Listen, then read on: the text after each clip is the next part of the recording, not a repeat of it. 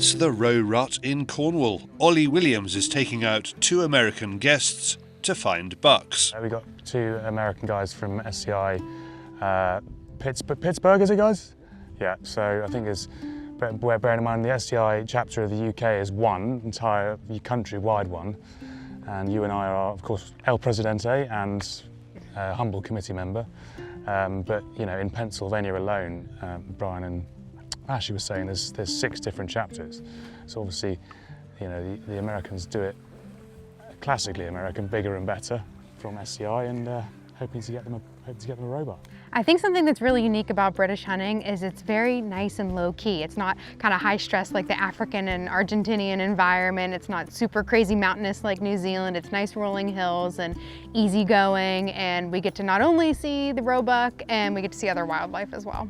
I think one of the great things about the hunting here in the UK, and what a lot of people don't know where we're from, is that we can come here and hunt. You can hunt deer almost all year long. Just because of the different species of deer that you have, it creates an opportunity that we really don't have in the United States. It apparently is the roebuck rut around this time, and to be fair, we have seen a bit of activity over the last couple of days. You know, yesterday we went out, and whilst they weren't necessarily rutting, they were certainly moving. End of July, early August, as a guide, I mean, that's certainly what I've seen in the past. I didn't say it's particularly different to any other year. So yes, whilst there's a lot of things that are being changed by the weather, Cornwall has seen the best of the rain in terms of, you know, we've actually had rain, whereas the southeast has seen, I'd still think, virtually none, which is becoming more and more typical of the southeast. But yeah, we've had rain, so whether that's leveled out and regularised, is that the right word? Regularised the rut, I think, yeah, it's pretty normal from where I'm standing at the moment. I am indeed president of the UK chapter of Safari Club International, and link-ups with other chapters is one of the fun bits of that job. Now, Ashley and Brian may be okay with the hot weather, but this is not a type of hunting our Americans are used to. Much of the whitetail deer hunting done in North America is done from stands. Because typically you're in a tree stand or a ground blind of some sort. Now the roe deer and the whitetail might be cousins, but you know, the primary way obviously to hunt them here is spot and stalk. Ollie spots a suitable animal and leads Ashley up to a gateway to make the shot. So what happened was we got stuck in some foliage and totally missed. And I'm not used to missing either. So it's a nice tinge in my ego today. Ashley and Ollie try to take up a new position, but the animal has gone. It just would not have been fair to even try to take a shot at that point, on me or the animal. We stalk further around the farm, through golden fields and over steep-sided streams. In this weather, Cornwall is showing off the best of its scenery.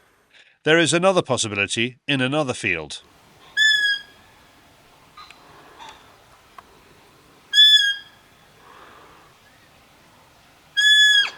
That animal is stopping for nobody. Happily, over 2 days of stalking, Ashley did get 1 buck. So that was fun. So we stalked for a little bit, looked down the field. He was right there. So did Brian. Really, we were moving from one field to another, and this was a very narrow cut, almost like a pathway between agricultural fields. And we found 2 doe and 2 buck they were rutting, because I mean, this is the rut, and the buck was chasing the does around and around, and it was incredibly exciting, because all of a sudden the buck was, you know, in a clearing, and then it was out of sight, and then it was in the clearing, and then it was out of sight. So we had to adjust multiple times, probably about knee-deep in water when I actually made the shot. Both of them are enthusiastic about the hunting possibilities that the UK has to offer Americans. It's a unique market that the UK could actually, you know, take advantage of back in the United States. And the nice thing about where we live in Pittsburgh is that we can take a direct flight from Pittsburgh to Heathrow. We can work the entire working day, hop a flight, be here at 10 o'clock in the morning, come out to great countryside like this, and be hunting in the evening. I would think that you would want to promote what it is that you have here to offer to other people, and then reciprocate, because that's usually the best way to create fruitful relationships. For more about Safari Club International's UK chapter, we have a Facebook group. You can find both Ollie and the SCI Pittsburgh chapter on Instagram. Links below.